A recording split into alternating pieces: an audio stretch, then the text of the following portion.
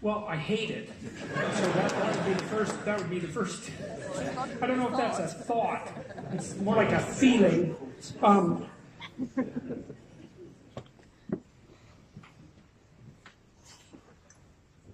I'd rather have my corporations greedy than virtuous. I think it's more trustworthy.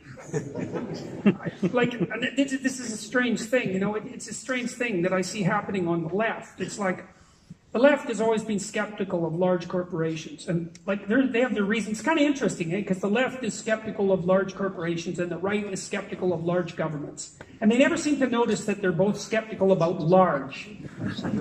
Right, and you should be skeptical about large. You know that trope from 2008, too big to fail? It's like, no. So big will inevitably fail. That's the right trope. In any case, so the left now is happy about virtue signaling corporations. It's like, oh, I see, all of a sudden you trust them. That's all it took, is to produce an ad that criticizes masculinity, and all of a sudden corporations are trustworthy? I don't think so. Now, that doesn't mean I think that corporations are particularly untrustworthy compared to other forms of human organization. What else? You see, what's happening on the radical end of the left spectrum is, I think it's something like this.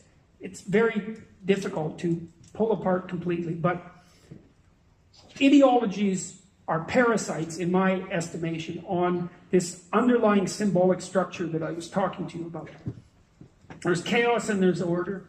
And order fragments into two categories, you could say, negative order and positive order. And negative. If you have your children in a school and they talk about equity, diversity, inclusivity, white privilege, systemic racism, any of that, you take your children out of the class. They're not being educated, they're being indoctrinated. And there's absolutely no excuse for it. I agree with that completely. Jordan Peterson is a professor at the University of Toronto. He's written a lot about the decline of modern men. We spoke to him recently. Jordan Peterson, thanks for joining us. We've got a long list of statistics that paint a pretty clear picture that boys seem to be falling behind relative to girls in the United States. Why do you think that is? I think that that's partly a consequence of directed policy. So it's linked to the idea that there's something wrong with masculinity, and so that the expression of masculinity should be limited in all sorts of arbitrary ways. The fact that kids can't really play at schools anymore is a manifestation of that. The fact that male behavior is often diagnosed as attention deficit disorder, for example, is a manifestation of that. The elimination of competition as a valid form of human interaction, and the failure to recognize that competitive sports, for example, are deeply cooperative in their fundamental nature, as long as everyone is playing by the rules, obviously. So there's that's a large part of it. So you're saying that there is an organized, not always explicit, but still organized attempt to de-emphasize masculinity or to punish masculinity. Why? Because it's easy to mistake masculine competence for the tyranny that hypothetically drives the patriarchy. It's part of a ideological worldview that sees the entire history of mankind as the oppression of women by men, which is a dreadful way of looking at the world, a very pathological way of looking at the world. It's not like men and women always get along any more than men and men get along, or women and women for that matter. But fundamentally, human history is a cooperative enterprise, and men and women have lifted themselves out of the mire over millennia in their cooperative endeavor.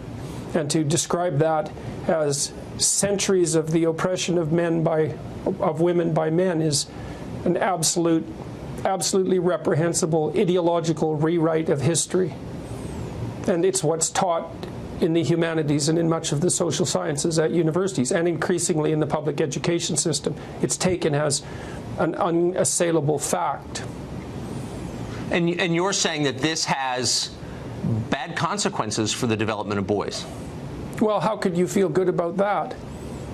I mean, if you're made out to be a potential manifestation of rape culture, if you're part of toxic masculinity, if your competitive drive is regarded as part of a tyrannical impulse, if the heritage to which you belong is regarded as an oppressive patriarchy, then how in the world are you going to step forward with confidence and shoulder that what would you call it, that burden? Why would you? Why wouldn't you just step aside and retreat, which is exactly what's happening? But if men are so aggressive and bent on domination, on establishing a patriarchy, why have they stepped back and allowed this to happen? Yeah, well, I guess that's a good question, isn't it? I don't know the answer to that. I don't know if they are precisely allowing it to happen. It's very insidious, the ideological movement that's driving this, part of the radical left. Part of the radical left, I would say, is it's a very insidious movement. It's not an easy thing to resist, and a lot of it occurs, well, for example, it occurs in the school system increasingly. And it isn't clear what, they're not men that are reacting to that, that's boys. It's not clear what they're supposed to do about it. So if you were to fight an ideological battle. It is hard. And finally, if you were to give parents of boys one piece of advice for how, in their small way, they can fight against this trend for the sake of their own boys, what would it be? Well, I would say, first of all, encourage them. And I mean that most deeply, is that to encourage someone is to instill courage in them, to support their courage. And that doesn't mean protect them from what's dangerous. It means teach them how to be competent and teach them that they can rely on themselves to prevail, even in the darkest of circumstances.